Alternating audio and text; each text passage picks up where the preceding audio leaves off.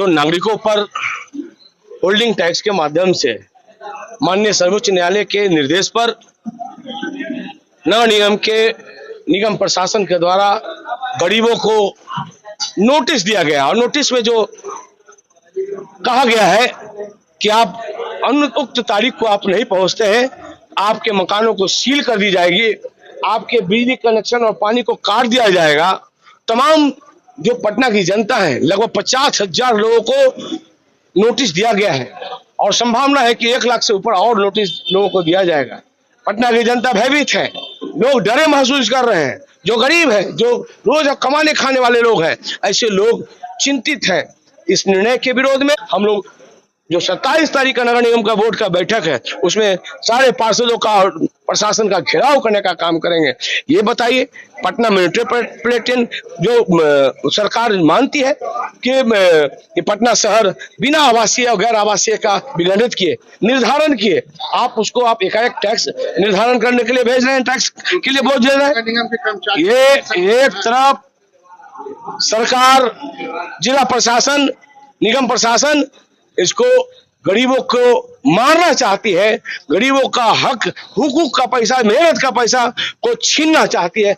नगर निगम के द्वारा जो पटना नगर निगम स्थित जितने भी मकान हैं उन लोगों को जो नोटिस दिया जा रहा है, मेरे हिसाब से इसका ये तो गलत है।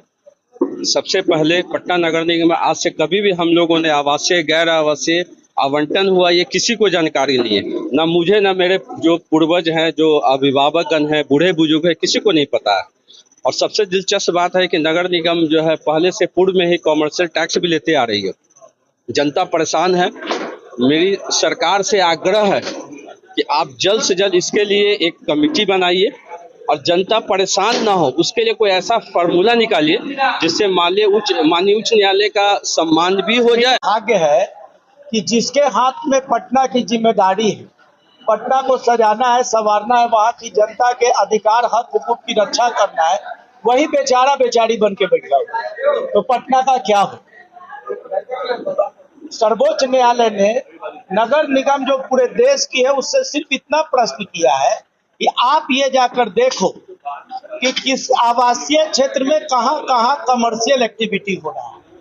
ये उसने नहीं कहा है कि आप झोला में नोटिस बनाओ और उसको पूरे पटने में या देश के किसी भी शहर में आप पटना शहर में आपने नोटिस जारी किया तो आप ये बताइए ना पटना की जनता को कि हमने अमुक अमुक क्षेत्र को अमुक तिथि से अमुक आदेश से इसको कमर्शियल घोषित किया था, इसको रेसिडेंशियल घोषित किया था। इस तरह से तो नहीं होता है।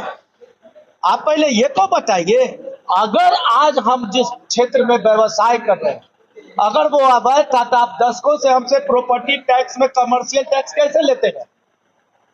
क्या पटना नगर निगम की महापौर, उप महापौर या पटना नगर निगम के 75 वार्ड पार्षद इंक्लूडिंग मैं, बिहार के नगर विकास मंत्री, बिहार के माननीय मुख्यमंत्री जिनका सारा उम्र पटना में बीता है, क्या वो बताने की स्थिति में है कि पटना शहर का कौन सा इलाका व्यावसायिक है और कौन सा इलाका कमर्शियल है? लोकसभा हो, विधानसभा हो, म्युनिसिपैलिटी हो, पंचायत हो, सुप्रीम कोर्ट हो, हाई कोर्ट हो या सिविल कोर्ट, सब जनता के हक हकूक के लिए बना है। ये नहीं कि सुप्रीम कोर्ट के आदेश से आप जनता को भयभीत कीजिए, लोकसभा के आदेश से आप जनता को भयभीत कीजिए। सर्वोच्च न्यायालय का पूरा सम्मान है। सर्वोच्च न्यायालय ने कहा कि रेसिडेंशियल जो प्रोवाइड आपने किया, रेसिडेंशियल जिसको आपने निर्धारित किया है, क्या उस क्षेत्र में कमर्शियल एक्टिविटी हो रहा है? तो पहले आप तो ये तो बताइए कि हमने कमर्शियल किसको घोषित किया और रेसिडेंशियल किसको घोषित किया।